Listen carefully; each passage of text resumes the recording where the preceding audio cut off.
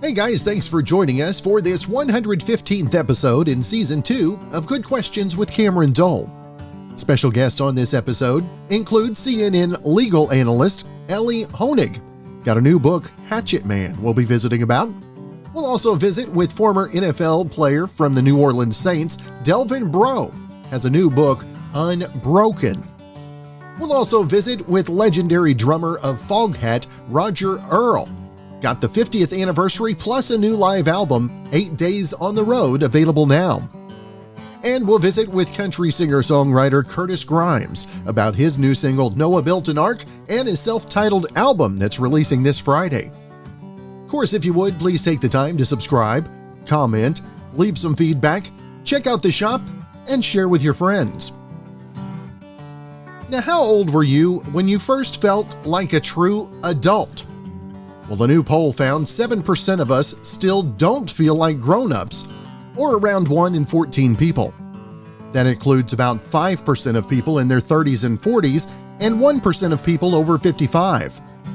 Now, the most common age when we feel like an adult is 18, and the second most common answer was younger than 18. So a lot of us grew up fast, I guess. The rest of the top 5 ages are 21, 25, and 20. 6% of people said they were over 30 when they finally felt like an adult, which might be the trend now because a quarter of adults under 25 said they don't feel like a real grown-up. 11% of people in their late 20s or early 30s said the same. You know him from his work as an analyst for CNN. Elie Honig with us. Elie, first off, great to visit with you. Excited to talk about Hatchet Man. Thank you for having me. I actually have a lot of fondness for Oklahoma. I worked a big case there before I was a prosecutor and spent many, many weeks in Oklahoma, and I still feel strongly towards it. So thanks for having me. And we mentioned Hatchet Man, how Bill Barr broke the prosecutor's code and corrupted the Justice Department. And Elie, where did your inspiration for the book, when did that first hit you? My inspiration came from my own experience. I was a prosecutor for 14 years, 8 of which were as a federal prosecutor with DOJ. I worked 4 of those under Republican administration, 4 of those under a Democratic administration. The beauty of working at DOJ is it doesn't matter. It shouldn't matter. It never mattered to me. When it went from Bush to Obama, I didn't bat an eye. Nobody did. We just kept on doing our business. Then I sat there for 2 years, largely while I was with CNN, watching Bill Barr tear down the core values, the core principles that DOJ is built on, the 2 most important ones being credibility and independence.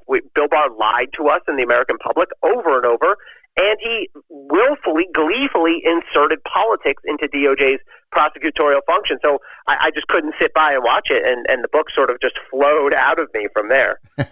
As a novice in the news media business as well, tell our listeners, just kind of open it up a little bit for maybe some of those misconceptions that folks have about the reporting that's been going on Barr's behalf as well. Yeah, I mean, all I can speak to is CNN, where I've been for about 3 years now. I can tell you everything we do, the key ethic that we have is make sure you have your facts right, and make sure you're being fair. And everything we do, everything we write, I should say, goes through a rigorous fact check and standards and that kind of thing. When it comes to Bill Barr, though, I mean, I call him a liar in the book. That's a dirty 4-letter word. And both in the law and the media, we are hesitant, I think, in a healthy way, to call someone a liar. We say it, maybe he misstated the facts or misstated the truth or whatever, but the man just did it over and over again in a way where I had to say it. I don't write this book to pull punches. I mean, he lied to us about the Mueller report. He lied to us about the risk of election fraud. He lied to us about the reasons for firing the head of the U.S. Attorney's Office in New York, in Manhattan, and lots of even smaller lies. And to me, that's the number one sin you can commit as a prosecutor. And Bill Barr did it, and over and over again, and he did it for political reasons. So I'm not willing to turn a blind eye to that. And Elie, you just mentioned the next word I was going to mention was the partisan politics of it as well. And those are supposed to be completely separate from that role as well. They are. And that was one of the sort of principles that I was raised with. Look, any administration is going to have its policy preferences, some of which are going to be incorporated through DOJ. You know, we want to stress enforcement of opiates crimes, or we want to go after gun crimes. That is fine. Where I draw the line is stepping into specific prosecutions for political reasons. And we saw Bill Barr do that over and over again. First of all, with Donald Trump. I mean, he rescued Donald Trump out of the Mueller case largely by lying to us about what was actually in the Mueller report. He did it for Donald Trump's cronies. He did it for Michael Flynn.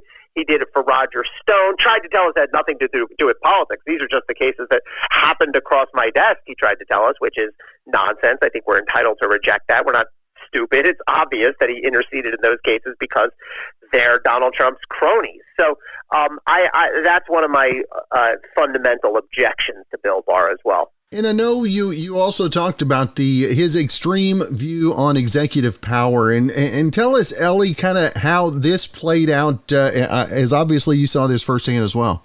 There is an established school of legal thought that it's called the unitary executive theory, and it basically means the executive branch should be more powerful than Congress or the courts, and that the executive branch is the president, and everything in the executive branch, including DOJ, is the president. Bill Barr not only subscribes to that, but took it to an outrageous extreme where the president would be entirely unaccountable, entirely above the law, where the president, forget about not being criminally charged while he's in office. Bill Barr certainly believed in that. But Bill Barr argued in the courts, couldn't even be investigated, couldn't even be subpoenaed, could order anybody else in the executive branch to ignore Congress. And notably, Bill Barr has this veneer of sort of being an intellectual and super smart. He's a smart man, but he's not that smart, and he's not that good on the law. And he would write these briefs that would look impressive because they had all sorts of citations and they had the DOJ seal on them, but they're really flimsy work product. They're really illogical and dishonest, and I take them apart a bit in the book, but I also point out he was terrible in the courts. He lost constantly in the courts because he had such an unsupportably extreme view of the law in the president's favor. And again, the book is Hatchet Man. And Elie, I want to make sure and let our listeners know not only where they can find more info about the book, but where they can pick up the book and also keep up with everything you've got going social media wise as well, sir. Sure. So you can find the book anywhere books are sold, Amazon, Barnes & Noble, etc. I am Elie Honig. I am the only one that I know of, so there's no Elie Honig 2 or 5 or 6. I'm on Twitter and Instagram. Those are the best places to follow me, and of course you can see me on CNN and read my stuff on CNN as well. So I'm easy to find. There you go. Well, Elie, I truly appreciate you taking some time out of your schedule there. I hope you have a great week, and hopefully we can catch up again real soon, brother. Thank you very much. Thanks for having me.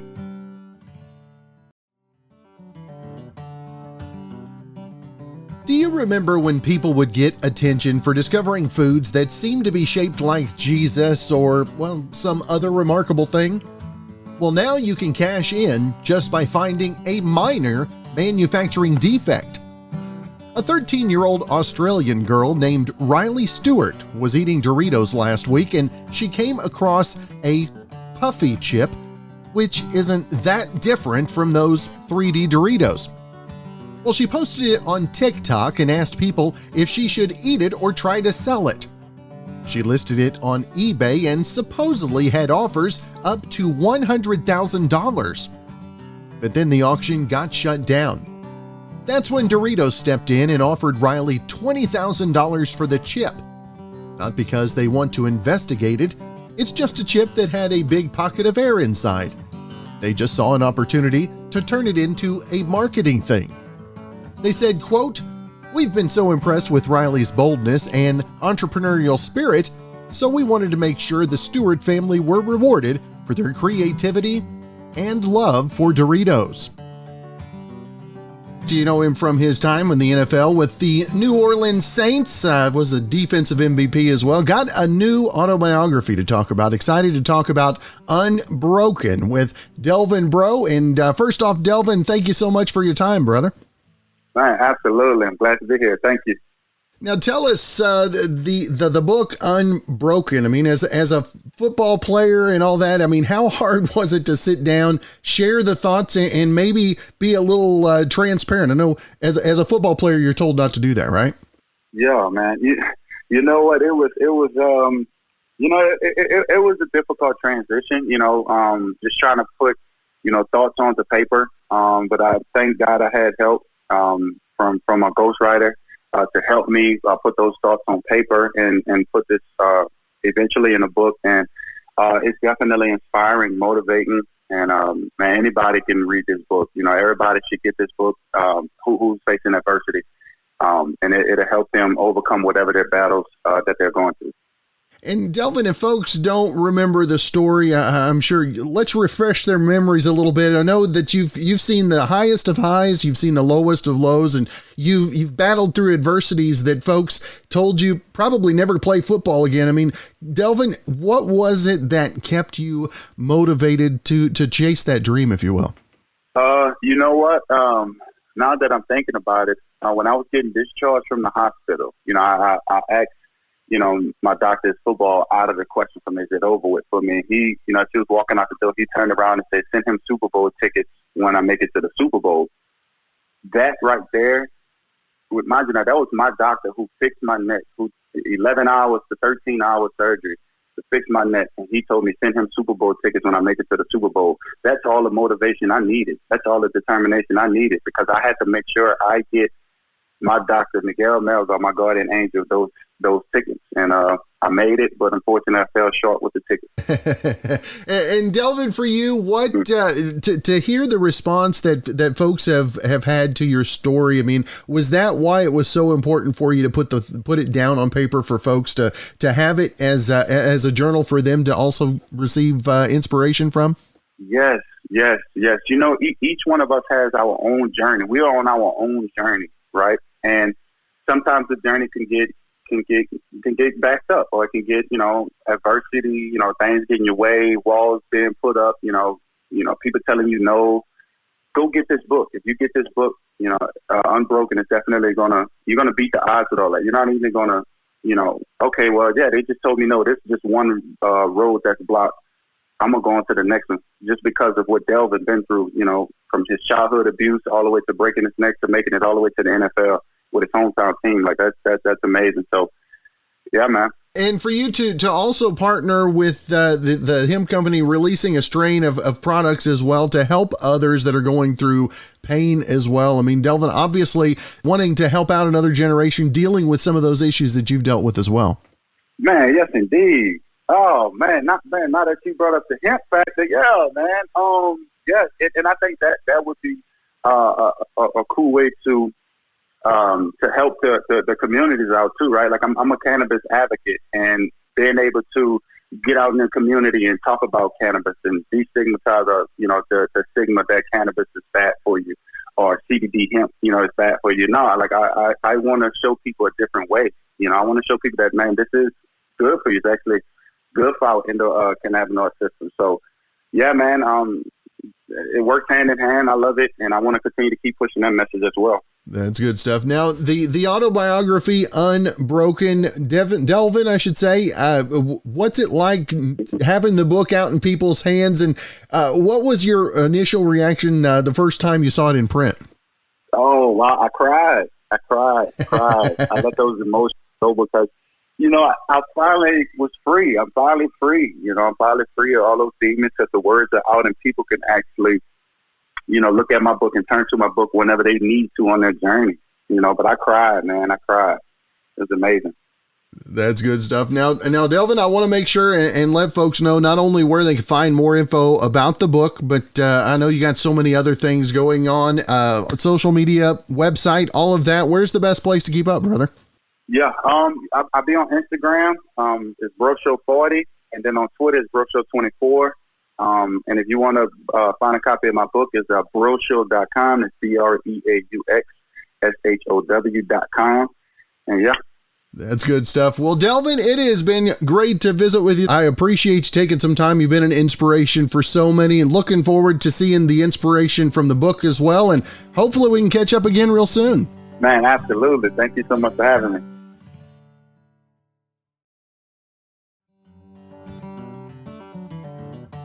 Well, people use filler words when they want to sound smart, like saying, at this point in time, when the word now sums it up pretty well.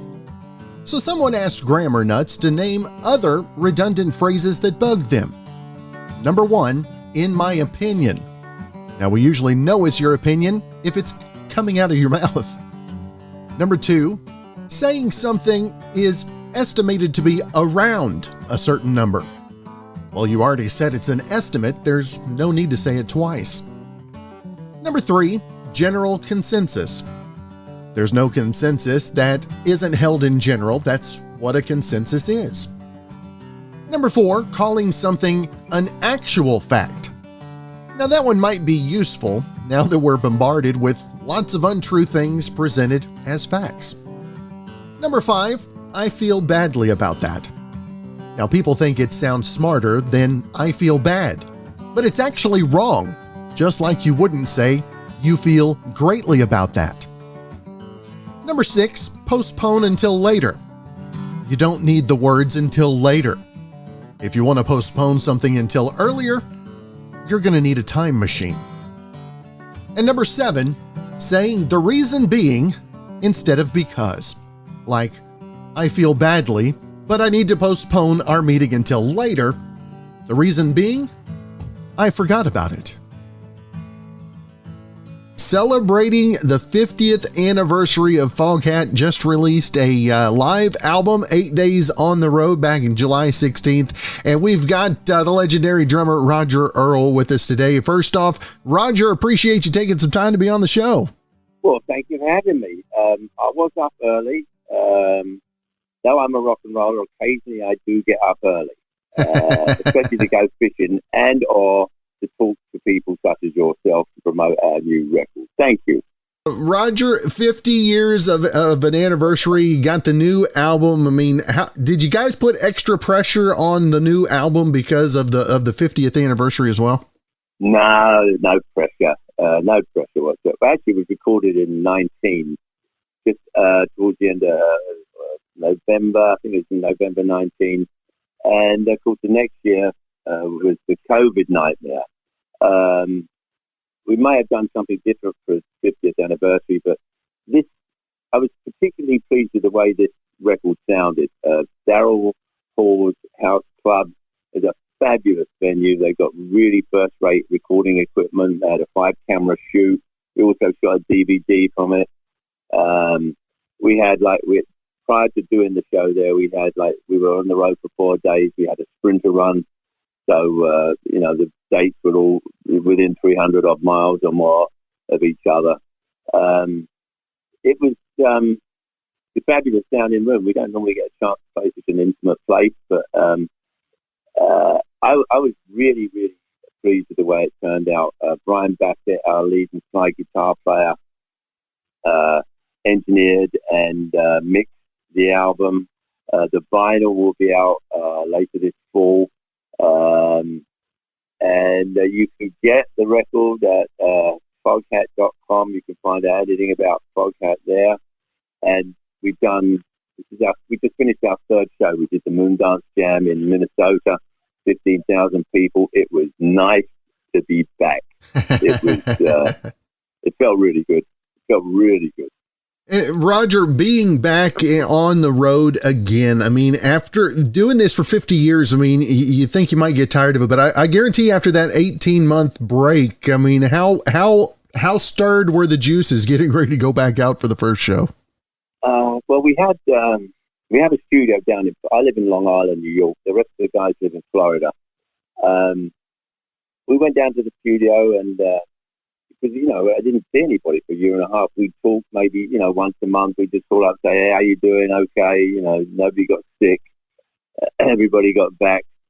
But when we got together, it was very emotional. This has always been, right from the beginning, Foghat's always been a band of brothers. It's always been about the band. There was never like just one person in the band. It was, when the four of you take the stage, it's a band.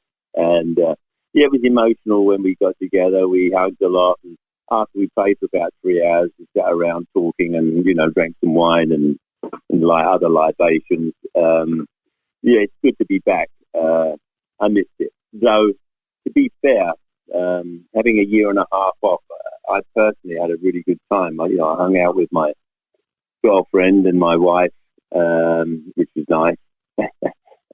I went fishing, fixed the garden, grew vegetables in the garden, mowed the lawn, did some work around the house. I tried to stay on top of things. I try to stay fit. I stretch, work out a little bit, ride my bike. Playing drums, there's a physical aspect to it. The mechanics of playing. So, I would sit down on my pads and play, but it's just not the same as playing in a band. The thrill is, when you're playing in the band and you're in front of 10,000 people. That I still get chills to this day, when I go on stage. I'm fine after we've counted the first song in, but, you walk out there and there's this big roar goes up from the folks. It's, I'm one of those fortunate few in this world who get to earn a decent living at something I love doing. You're probably able to use a little bit that nervous energy. Probably pays out well on the drums, though, right, Roger? Yeah, I love my work. Thanks. When I was growing up, my mother, before I even took up drums, I was always interested in music. There was always music in our house. But, I was knives and forks on ruined mum's best china, banging on lampshades, banging on this, banging tap, tap, bang, bang. So, my parents I had great parents. We weren't sort of well off by any stretch, but I used to work after school and had a Saturday morning job when I was a kid. So I saved up my money and I took lessons for like 2 or 3 years from a drum teacher. And then, of course, when you become a teenager, you figure you know it all. But I don't think you ever stop learning. No, I love my work. That's right. And again, the new live album, 8 Days on the Road, is available now. Again, Roger, I not only want to let folks know where to find more info on the album, but the tour dates and everything you guys have going social media wise as well, sir. Yeah, foghat.com to find out anything about the new CD, where we're playing, T-shirts. Actually, we've got a really cool new T-shirt. It's got a Union Jack and the Stars and Stripes sort of blended together because, half English, half American. Hey, all is forgiven. At least we don't have kings anymore over here, do we? That's right. Well, God put me down here to rule you. I don't know about that. Well, Roger, again, congratulations on the 50th anniversary. Looking forward to seeing you guys back out on the road, and hopefully we can catch up again real soon, sir. I look forward to that, Cameron. You be safe out there.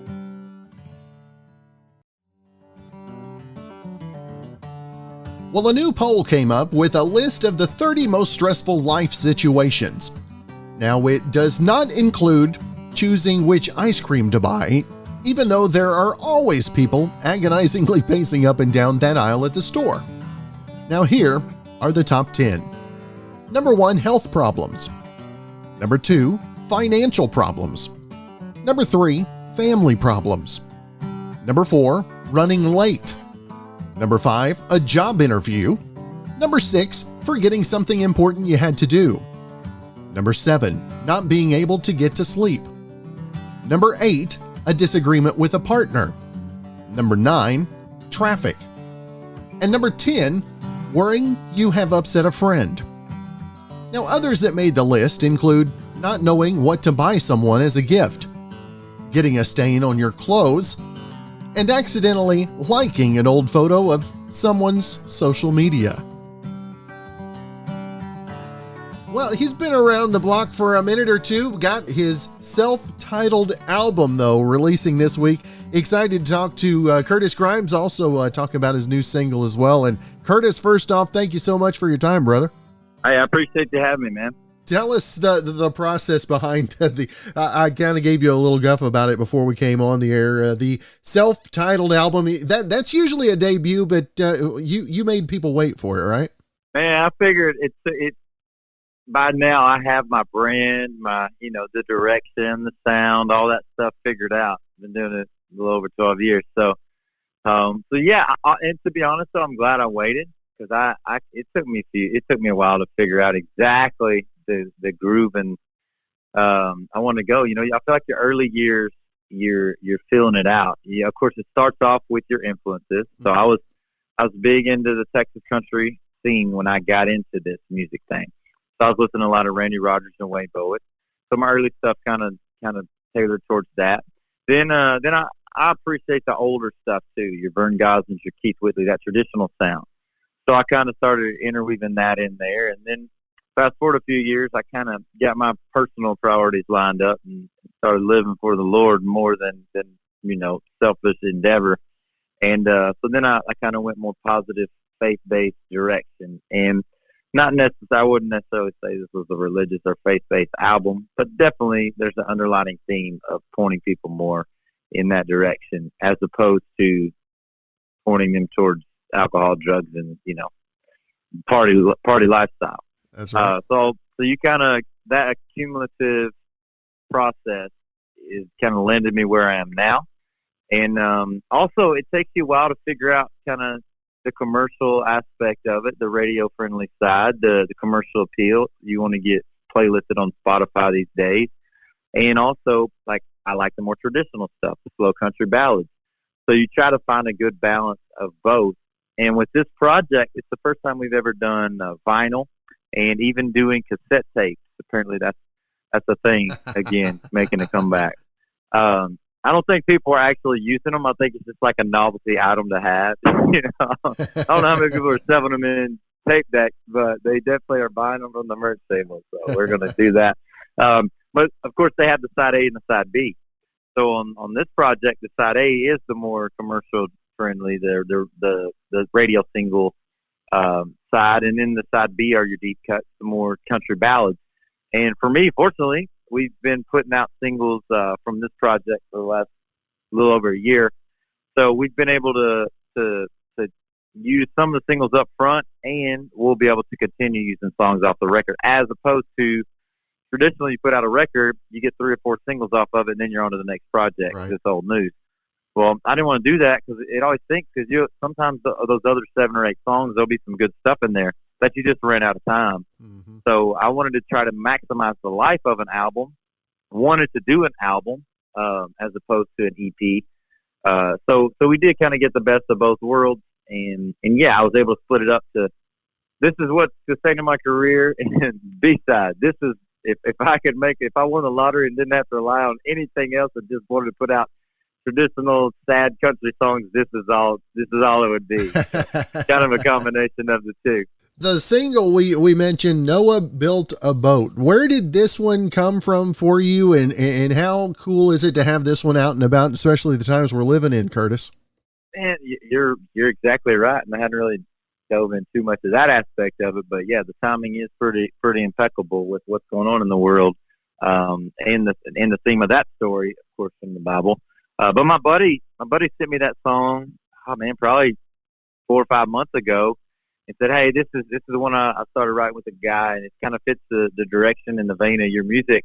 And the chorus was awesome, but the verses were pretty weak, man. So I said, "Hey, there's definitely potential here," and went in and kind of rewrote it with them, changed up a bunch of stuff in the verses, and because they were just playing it super safe, they were trying to avoid any kind of deep elements or didn't want to get too biblical, and I fortunately I call my own shots, so I can make it as deep as I want, and it is what it is. Nobody's telling me I can't.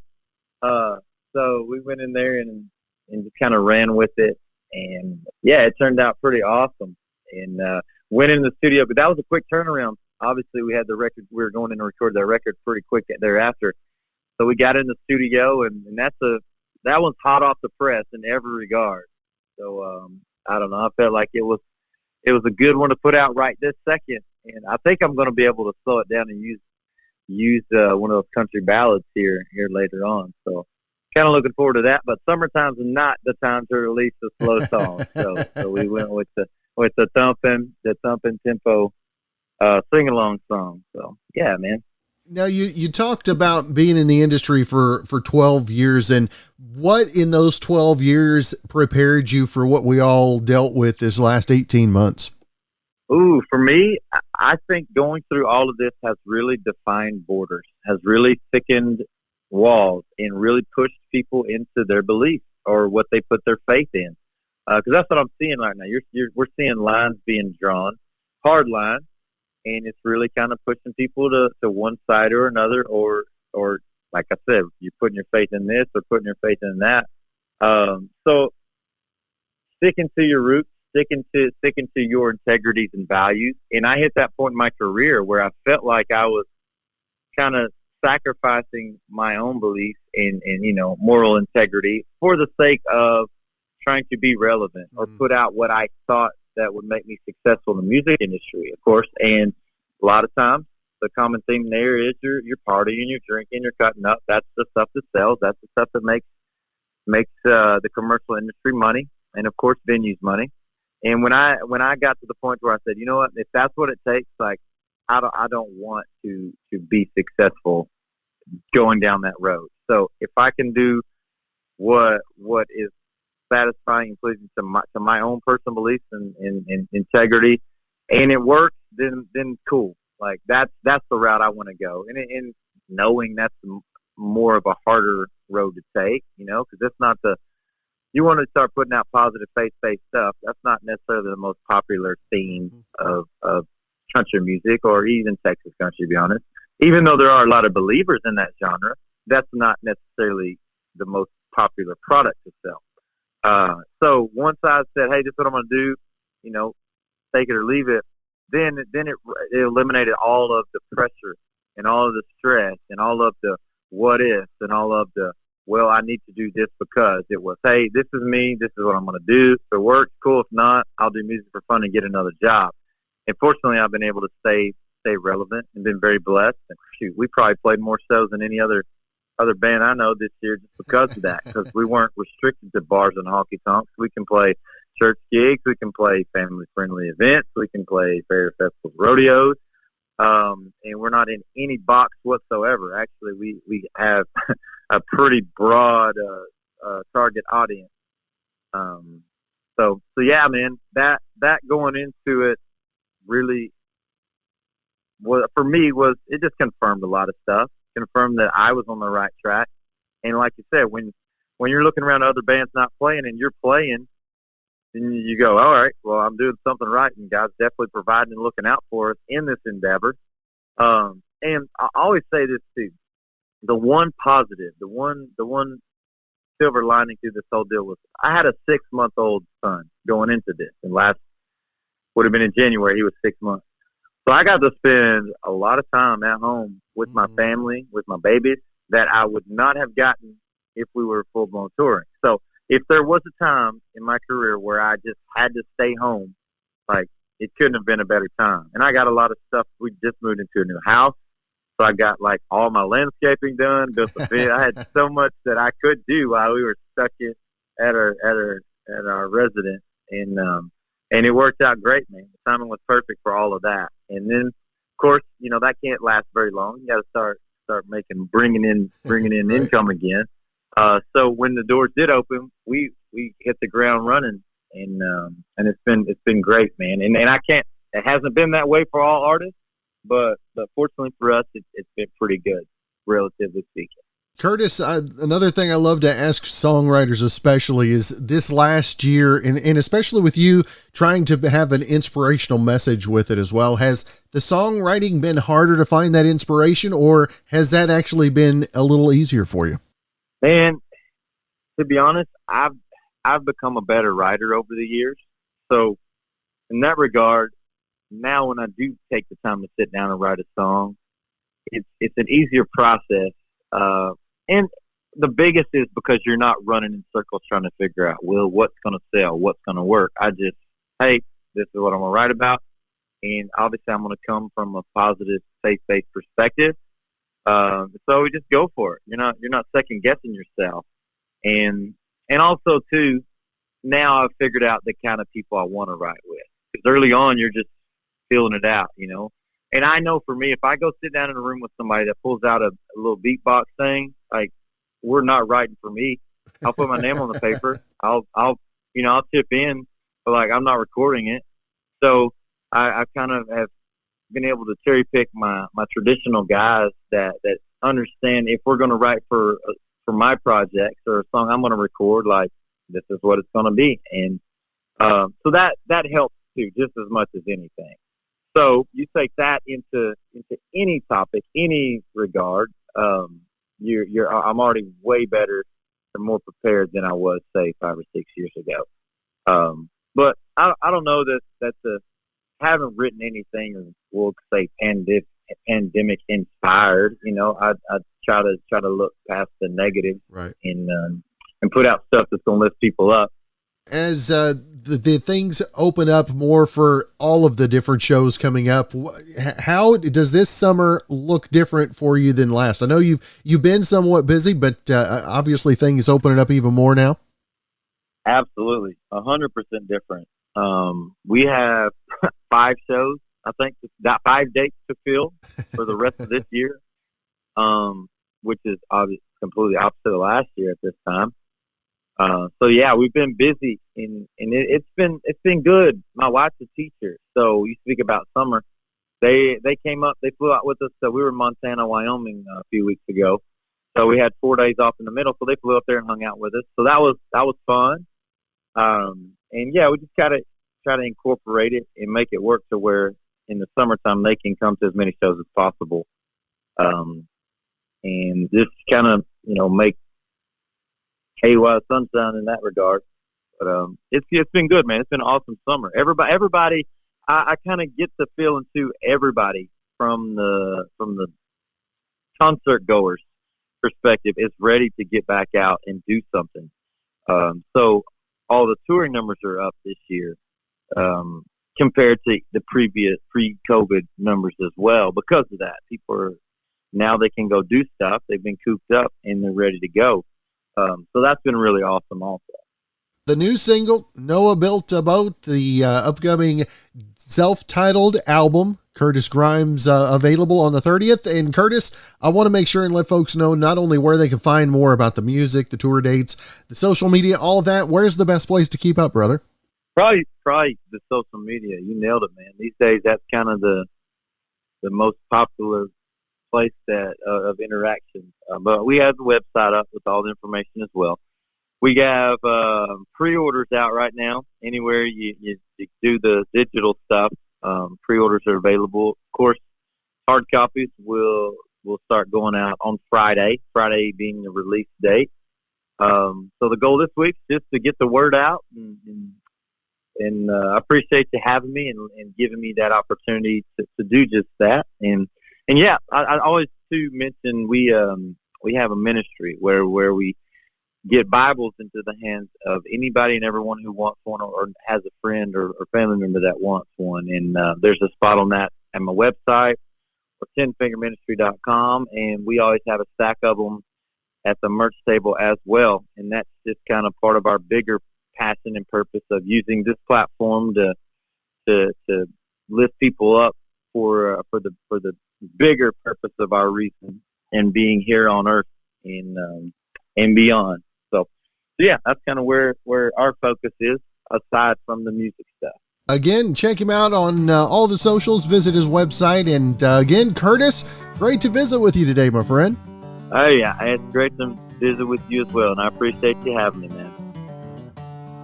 Well, thanks again for joining us for this 115th episode in Season 2 of Good Questions with Cameron Dole.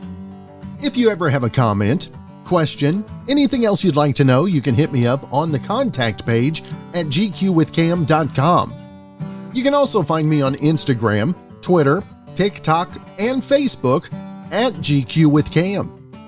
If you'd like to help out in funding for this podcast, visit the merch store where we've got hoodies, shirts, tumblers, mugs, stickers, and more.